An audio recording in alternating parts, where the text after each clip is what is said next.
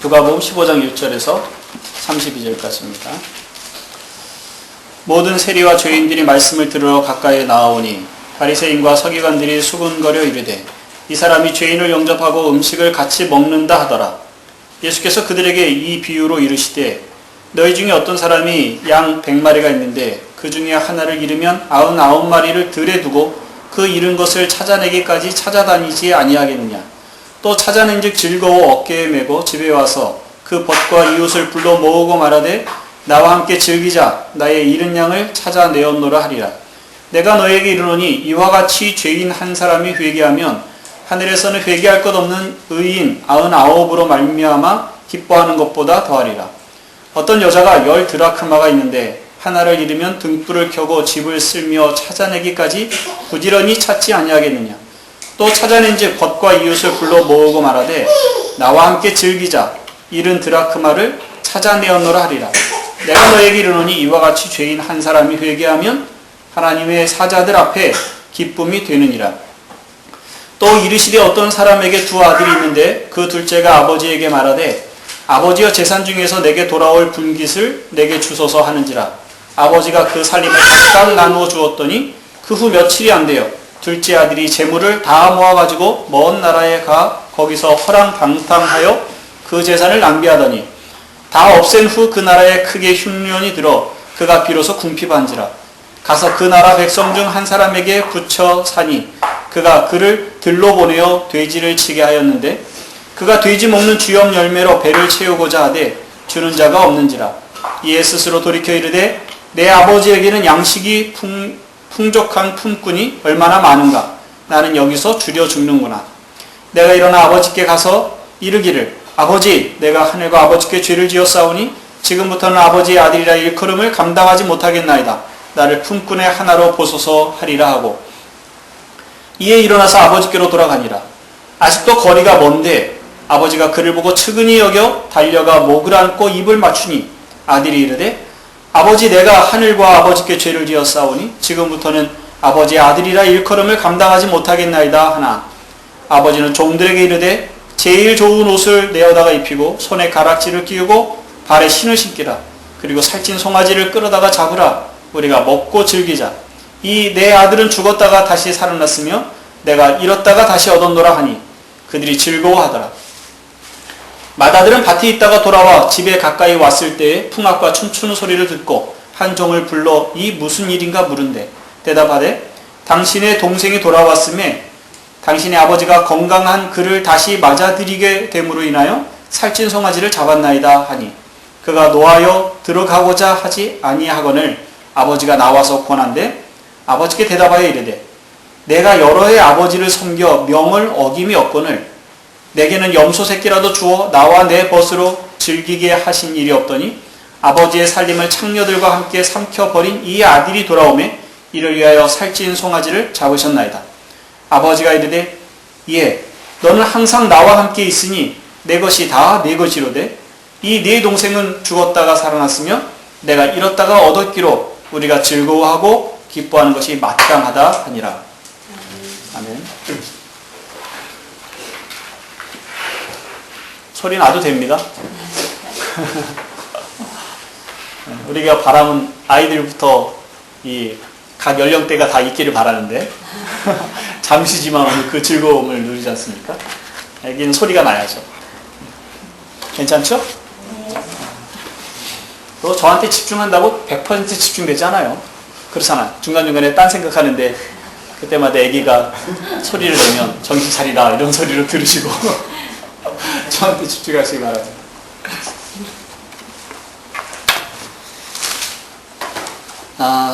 그동안 설교 본문으로 읽었던 것 중에 가장 길지 않았나 하는 생각이 드는데요.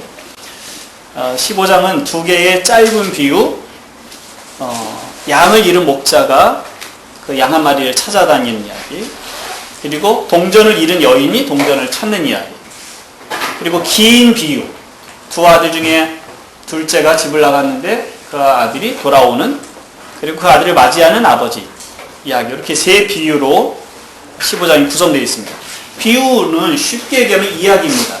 그런데 분명히 가르치고자 하는 교훈이 담겨있는 이야기, 그런 이 비유라고 할 수 있습니다.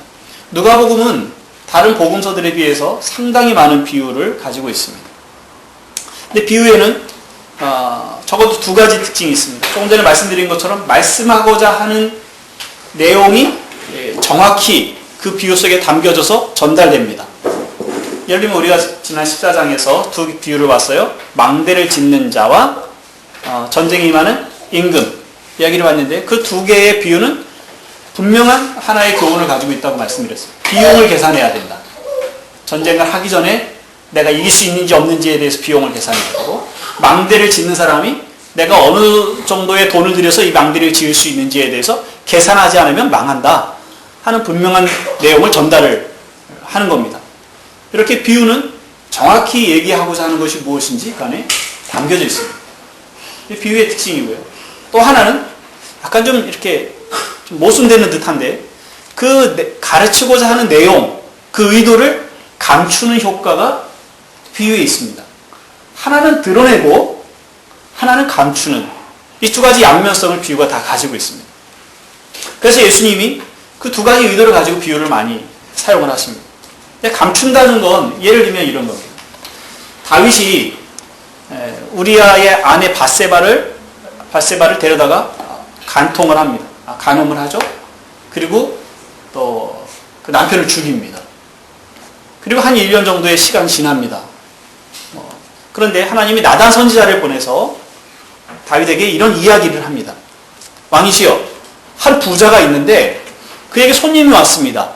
그는 소와 양이 많은데 자기 소와 양 중에서 잡아서 손님을 대접하지 않고 그 부자 옆집에 살고 있는 아주 가난한 양 한 마리, 양새끼 한 마리밖에 가지고 있는 바가 없고, 그 양새끼 하나를 너무 아끼고 딸처럼 오냐오냐 하면서 그렇게 지내고 있는 가난한 사람이 있습니다. 그런데 이 부자가 가서 그 가난한 자의 양을 뺏어다가 그 양을 잡아서 손님을 대접했습니다. 이 얘기를 했어요. 그랬더니 다윗이 분노를 하며 그 부자를 내가 살려두지 않겠다, 그렇게 얘기를 합니다. 그랬더니 나단이 하는 말이, 그가 바로 당신입니다. 이해가 되시죠?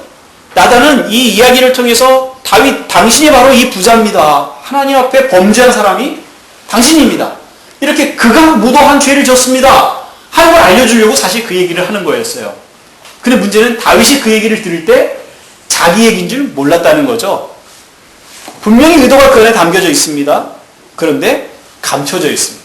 그래서 들을 사람만 듣는 효과가 있습니다. 이게 비유입니다. 근데 주님께서 오늘 이 15장에 또 세 개의 비유를 말씀을 하셨어요. 근데 이 비유는 여러 이렇게 각각 나눠져서 다른 교훈을 주는 걸로 보통 이렇게 우리가 배우게 됩니다. 이른 양 찾는 문제나 드라크마를 찾는 문제는 보통 전도에 대한 그런 교훈이 담겨져 있는 것으로 듣기도 하고, 또 돌아온 탕자라고 알려진 이 두 번째 아들이 집 나갔다가 돌아오고 아버지가 그를 맞이하고 하는 이 이야기 속에서는 아버지의 사랑, 하나님의 사랑, 그것이 어떠한지를 보여주는 비유로 우리가 들어왔습니다.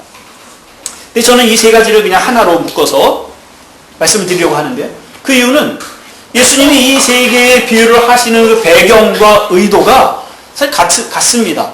한 자리에서 세 비유를 말씀하시면서 주님이 분명하게 말씀하고자 하시는 내용이 있기 때문인데, 그래서 그 세 가지를 하나로 묶어서 말씀을 드리려고 합니다. 그 배경이 되는 것은 1절부터 3절입니다. 15장 1절에서 3절을 보면요, 모든 세리와 죄인들이 말씀을 들으러 가까이 나오니 바리새인과 서기관들이 수군거려 이르되 이 사람이 죄인을 영접하고 음식을 같이 먹는다 하더라. 예수께서 그들에게 이 비유로 이르시되. 모든 세리와 죄인, 이건 좀 과장된 표현입니다. 모든 세리와 죄인이 오는 것은 아니죠. 하지만 많은 세리와 죄인들이 예수님의 말씀을 들으러 왔습니다. 이 세리는 세금 징수원입니다.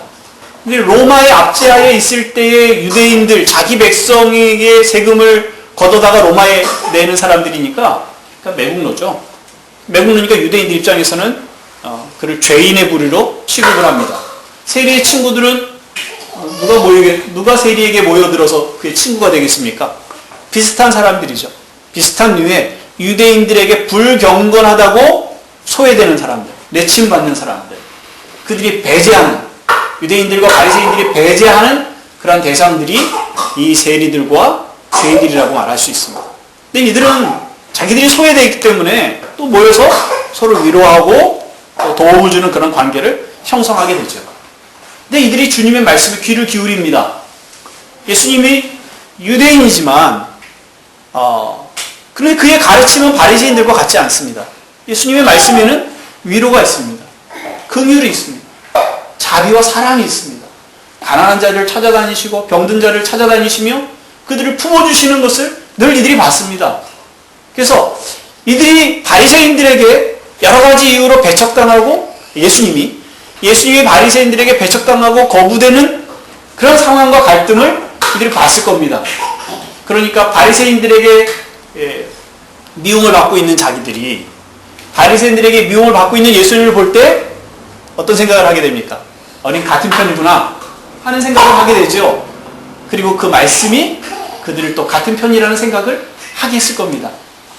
그렇다고 죄를 짓는 자리에 그냥 눌러 있으라는 의미는 아닙니다. 이들은 예수님께 삶의 길을 찾아 나오게 됩니다.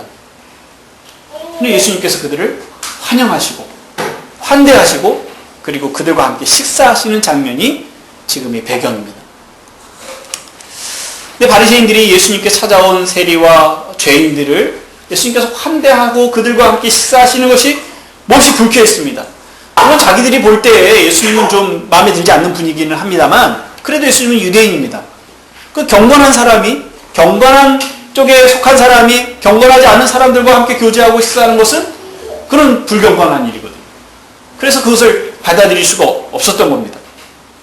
그러나 주님이 그 죄인들을 환대하시는 이유에 대해서 이제 비유로 말씀을 하고 계시는 겁니다.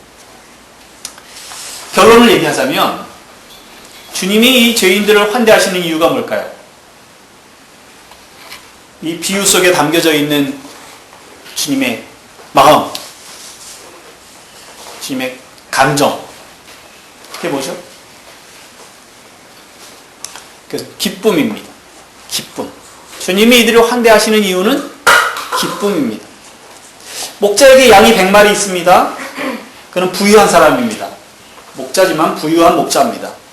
그런데 한 마리가 길을 잃었습니다. 수를 세보니까 99마리밖에 없습니다. 목자는 99마리를 들에 두고 그 길 잃은 양 한 마리를 찾아 산으로 들러 나갔습니다.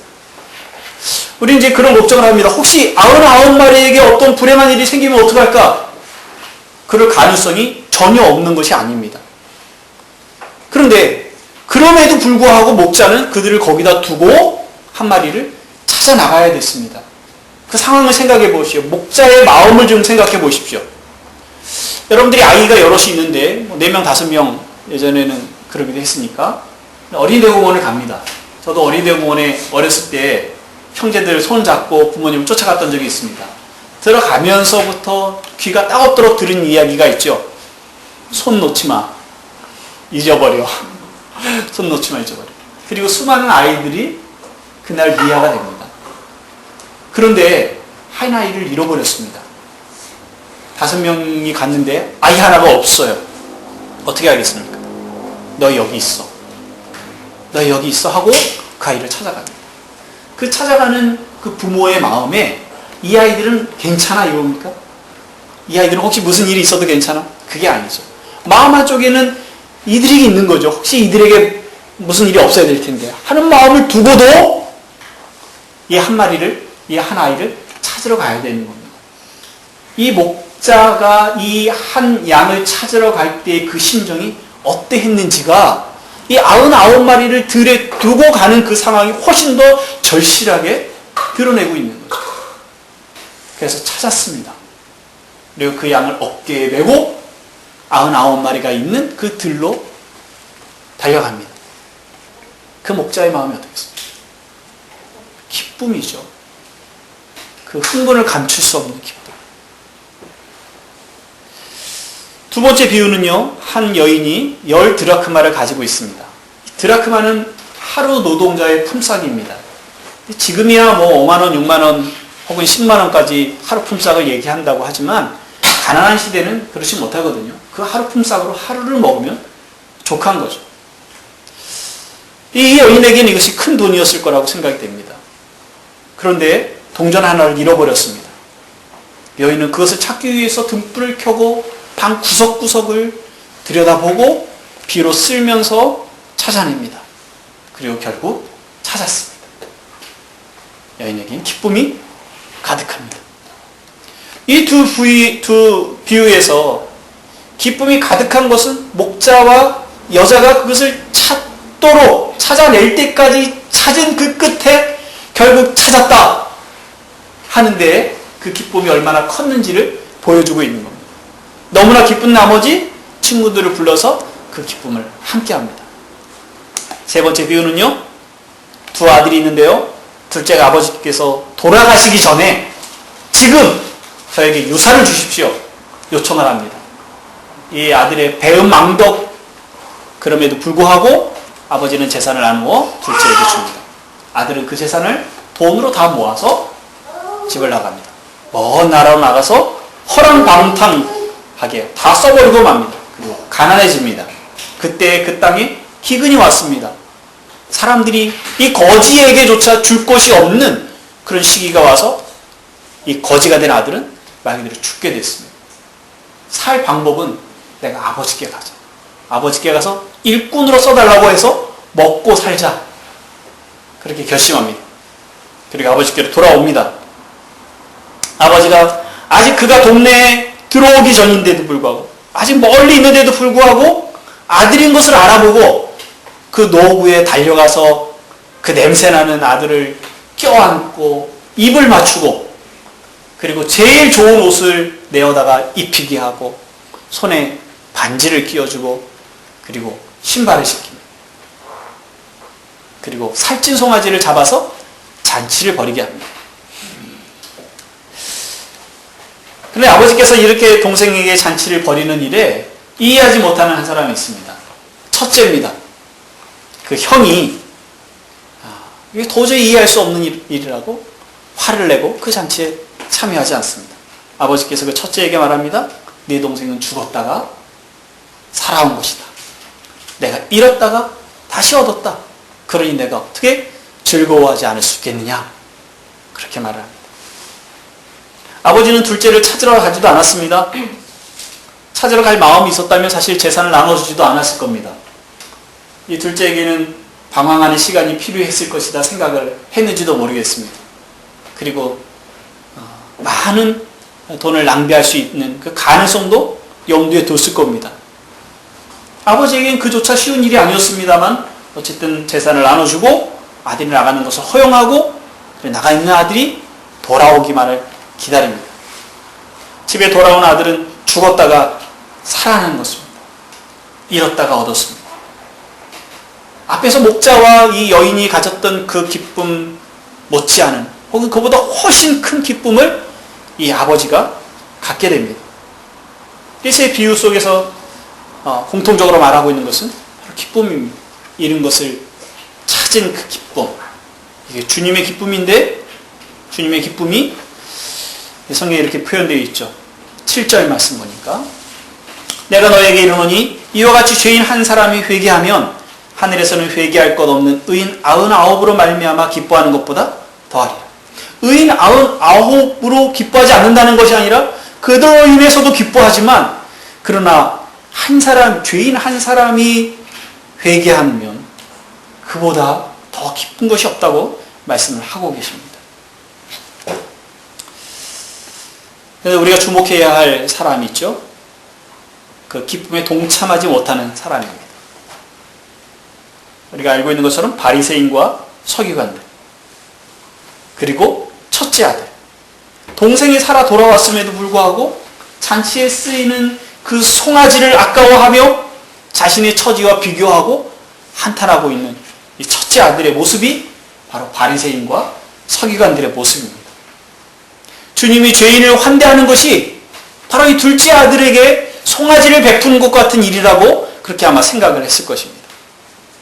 그런데 이와 같은 일들이 이야기 속에만 있는 것이 아닙니다. 생각해 보십시오.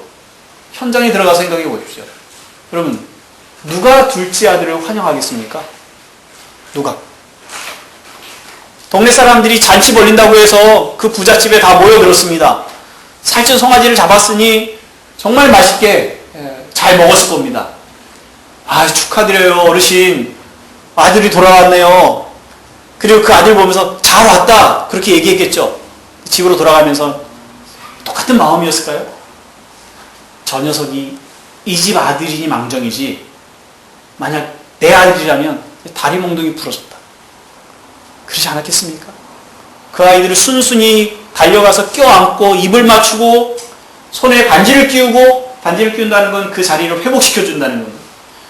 제일 좋은 옷으로 입히고 신을 신기고, 그것도 못다해서 송아지를 잡아 사람들을 다 모아 그걸 축하하는 잔치를 베푼다는 건 이해할 수 없는 일이에요.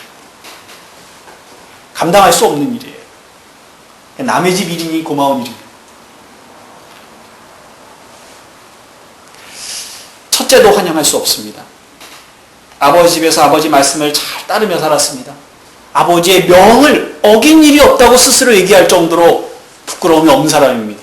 아버지를 섬기는 일에 있어서. 근데 동생은 자기의 몫을 다 가지고 나가서 다 먹고 노는데 써버렸습니다. 근데 아버지는 그를 위해서 송아지를 잡아 잔치를 합니다.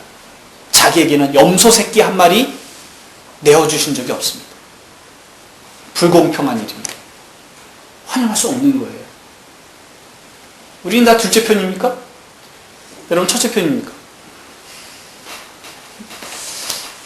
어느 목사가 교인 한 사람을 세우려고 참 무진장 애를 많이 씁니다. 믿음이 없는 사람을 설득하고 기다리고 가르치고 희생하며 그를 세웠습니다. 그래서 좀 이제 든든한 사람이 됐습니다. 아, 이 사람에게 이제 큰 일들을 맡겨도 되겠구나, 그런 생각을 하고 1,000만 원이 들어있는 통장을 그에게 맡깁니다. 그리고 매달 선교비로 지출할 수 있도록 잘 이제 가르쳐 줍니다. 그리고 이제 중간중간에 보고만 받고 이제 확인만 하면 되는 거죠. 그런데 이 사람이 그 통장을 가지고 며칠 지나서 집을 나가버렸습니다. 생각지 않은 믿는 도끼에 발등이 찍힌 겁니다. 1년이 지났습니다. 이 사람이 허름한 옷을 입고 돌아왔습니다. 처음에 가서 1,000만 원을 쓸 때는 뭐 지금은 그렇게 큰 돈이 아닐지 모르겠지만 재밌게 잘 썼습니다. 돈이 다 떨어졌습니다. 돌아갈 생각을 하게 되죠. 야, 큰일 났다. 그동안 나를 믿고 신뢰했던 주변의 사람들, 성도들, 목사님, 가족들 얼굴을 볼 생각하니 차라리 안 돌아가는 게 좋겠다. 그리고 얼마의 노숙의 생활을 합니다. 거지가 됐습니다. 그래서 돌아갈 곳이 있다는 그 생각이 늘 그를 자극해서 안 되겠다, 내가 살 방법은 돌아가는 길이다. 그리고 돌아왔습니다. 돌아와서 주일이 되기 전에 목사님을 만나서 엉엉 울면서 자기가 잘못했노라고 얼마나 고생을 했는지에 대해서 구구절절 일어놓고 다시는 그런 일이 없겠다고 회개하고 한 번만 더 기회를 달라고 요청을 합니다. 그 목사님은 그를 받아들입니다. 안 받을 수 없잖아요. 그리고 1년 동안 나가 있는 동안에 이분이 그를 위해서 어떻게 기도했겠습니까? 하나님, 돌아오게 해주십시오. 그렇게 기도했지 않습니까? 그리고 주일이 됐습니다. 사람들 앞에 인사를 시킵니다. 여러분, 1년 전에 나갔던 아무개 형제가 우리에게 다시 돌아왔습니다. 자, 우리 환영합시다. 환영을 하고 그 축하의 기념으로 케이크를 자르고 아주 식사를 근사하게 목사님이 쏘셨습니다. 마음이 어떠세요? 자, 그 다음 주에 그 교인들 중에 몇 명이 남아있겠습니까? 생각지 않으실 분인가요? 우리 중에 누가 그것을 기쁨으로 환영을 하겠습니까? 그냥 처음 온 사람이면 괜찮습니다. 뭐 그럴 수 있습니다. 근데 그 사람 이전에 사고 쳤던 사람이에요. 우리 돈 1,000만 원을 가져갔다 쓰고 온 사람입니다. 잘 먹고 재밌게 잘 놀았겠지. 그럼 목사님이 그를 그냥 겨우 받아들이는 것도 아니고 환영하고 즐거워한다라는 건 우린 뭐야? 그런 생각하지 않겠습니까? 만약 우리 중에 제가 그런 분을 여러분들에게 소개한다면 여러분 다음 주에 오실 수 있겠습니까? 그렇습니다. 솔직하게 말씀해 주셔서 고맙습니다. 혹시 온다고 하더라도 마음에 상처가 있을 겁니다. 상처. 목사님에게 받은 상처. 교회는 1년 52주 한 번도 결석하지 않는 사람을 환대하지 않습니다. 그렇죠? 어떻게 인사하죠? 오셨어요? 별일 없으셨죠? 이렇게 인사해요, 평범하게. 근데 한 6개월을 안 나오다가 한 번 왔습니다. 어떻게 인사? 이거 어떻게 왔어요?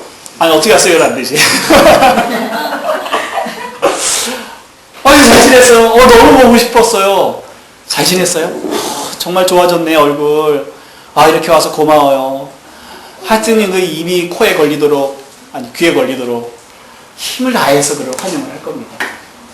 그것을 보고 옆에 있던 52주 잘 나오던 신자는 나도 한번 빠져봐야겠네.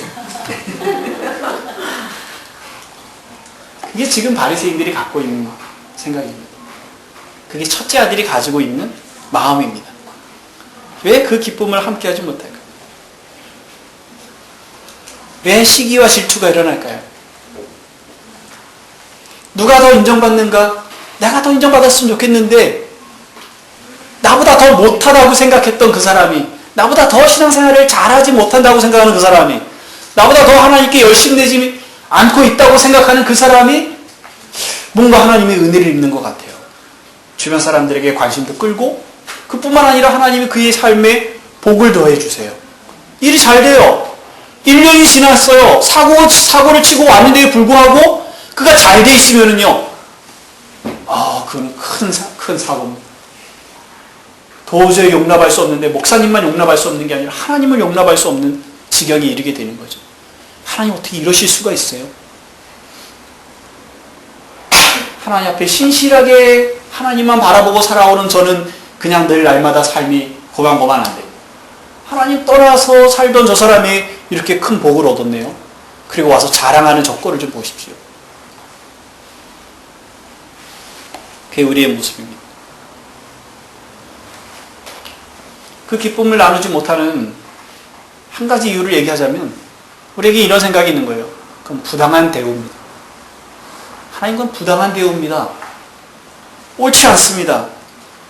우리는 우리가 가지고 있는 도덕적이고 율법적인 태도로 그 사람을 재고 하나님이 하시는 일을 평가합니다.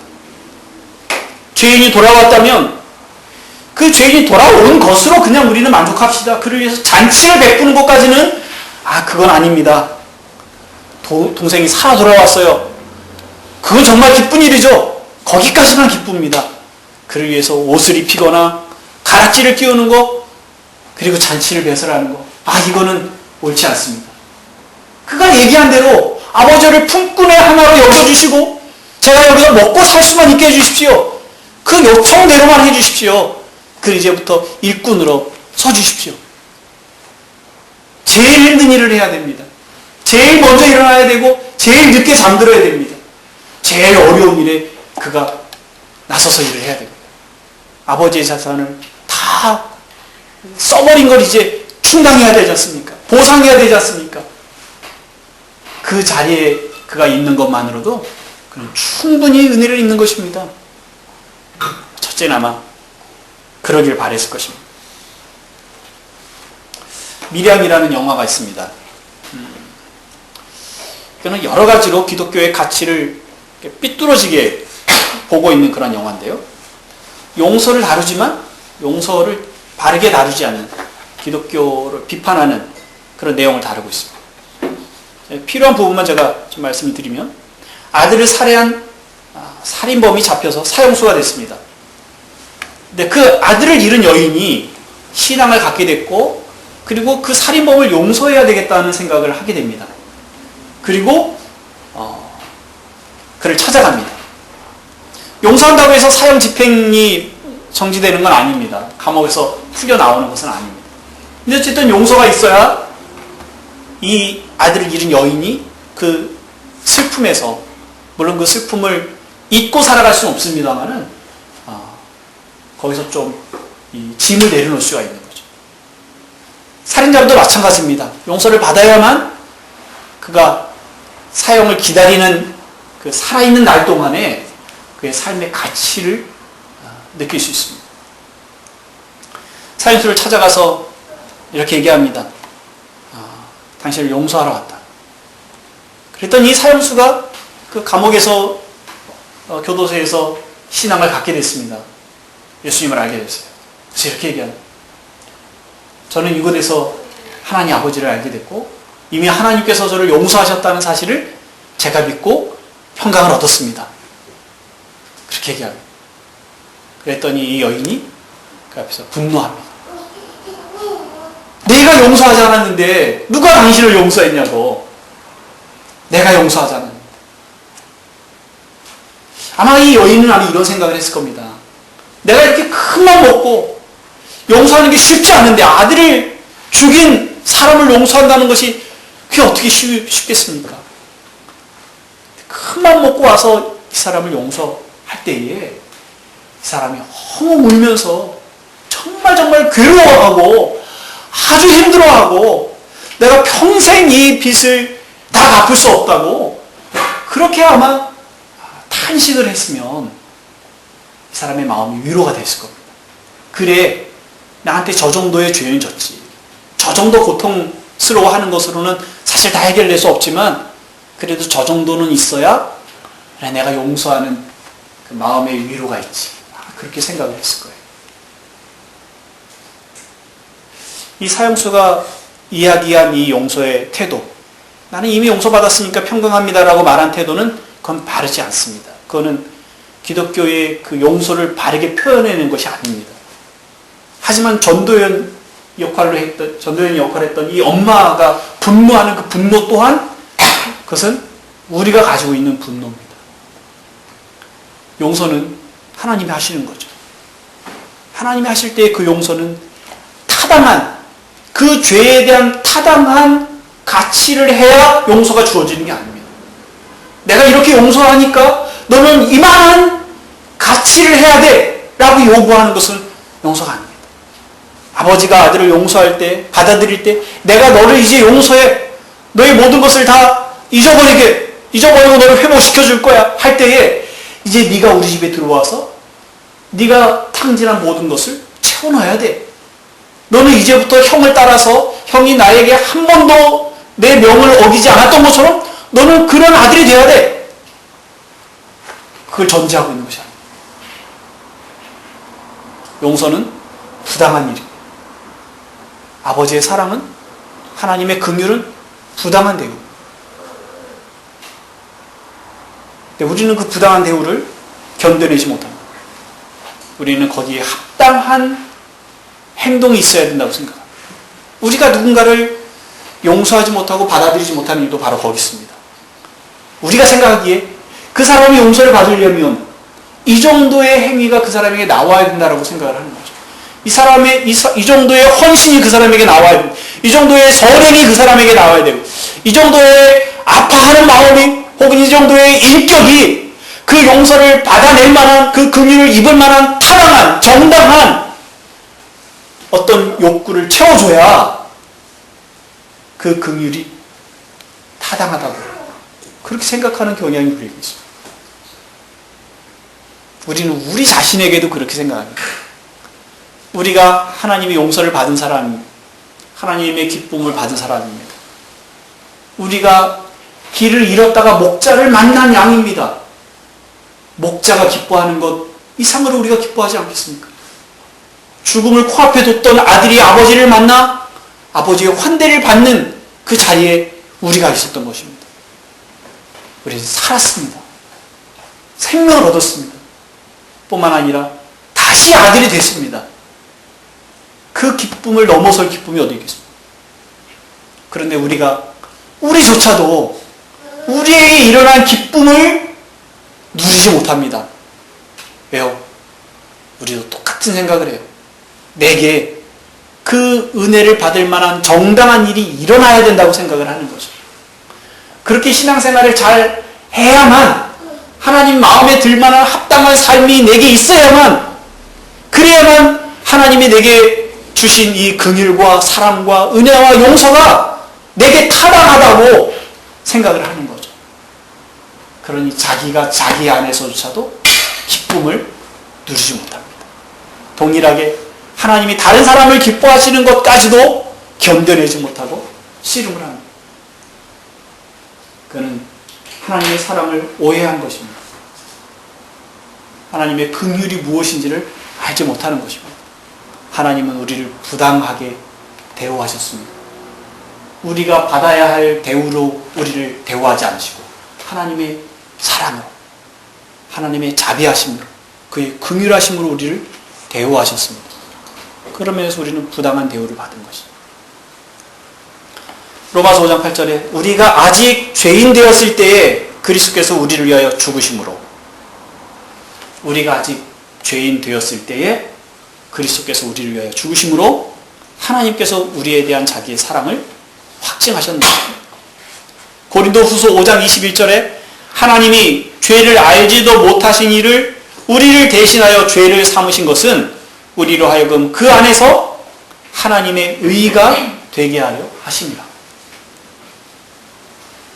우리의 죄를 대신해서 그리스도가 죄인이 되셨습니다. 부당한 일이 일어난 거죠. 그 부당한 일 때문에 우리는 그리스도 안에서 하나님께 의로운 사람이 됐습니다. 우리는 하나님의 기쁨이 되었습니다. 그래서 스바냐 3장 17절에 그가, 하나님이 너로 말미암아, 우리로 말미암아 기쁨을 이기지 못하시며 너를 잠잠히 사랑하시며 너로 말미암아 즐거이 부르며 기뻐하시리라. 아들이 살아 돌아왔다고 달려와 껴안고 입을 맞추고 옷을 입히고 반지를 끼고 신발을 신기고 송아지를 잡아 잔치를 배설한 그 아버지의 기쁨, 그것이 우리를 향한 하나님의 기쁨입니다. 하나님께서는 그 기쁨으로 죄인 된 우리를 환영하셨습니다. 그리고 우리는 그 기쁨을 누리는 자가 됐습니다. 첫 번째, 여러분들에게 이 말씀을 적용하실 때 여러분들이 과연 하나님 안에서 기쁨을 누리고 있는지 확인해 보십시오. 여러분 스스로를 바리새인들과 같은 정죄의 잣대로 보지 마십시오. 여러분들이 어떠해야 하나님의 긍휼하심이 정당하다라고 생각하시는 걸 포기하십시오. 그런 일이 일어날 수는 없습니다. 우리는 늘 하나님의 부당한 대우를 받습니다. 사랑으로. 또한 적용할 것은 우리가 바리새인의 시각으로 다른 사람을 보는 걸 멈춰야 합니다. 교회 안에서뿐만 아니라 교회 밖으로도 마찬가지입니다. 우리는 누구를 죄인으로 정죄하는 데에 익숙해 있습니다. 사회가 그 일에 익숙해 있으니까요. 그러나 그 죄인들이 예수님께 온 이유를 아십니까? 예수님의 메시지에 긍휼이 있는 것을 봤기 때문에 왔습니다. 지금 교회의 메시지가, 우리가 전하는 하나님 말씀이 죄인들에게 들려질 때에 그들이 다가올 수 있는 그런 메시지로 들려질까요? 아, 이 메시지에는 긍휼이 있구나, 사랑이 있구나, 저기 가면 내가 살겠구나 하는 그런 메시지로 들려질까요? 아니면 이 사람들에게 가면 이 사람들은 나를 정죄할 거야, 곁눈질로 쳐다볼 거야, 나를 가지고 쑥덕쑥덕 도마 위에 올려놓을 거야, 그런 불안한 마음으로 나오지 못할까요? 많은 공동체에서 그런 이야기가 나오는 것을 여러분들이 들어보셨을 겁니다. 아실 겁니다. 교회 밖에서도 내가 이런 취급을 받는데 교회 안에까지 가서도 내가 그런 취급을 받아야 되겠습니까? 이것이 죄인으로 취급받는 사람들이 교회에 들어오기 어려워하는 이유입니다. 그 일을 멈춰야 됩니다. 우리는 아버지의 기쁨을, 목자의 기쁨을, 여인의 기쁨을 함께 나누기에, 그 기쁨을 같이 공유할 만한 그 이유를 가지고 있는 사람들입니다. 그러면 우리가 그 기쁨의 대상이었기 때문입니다.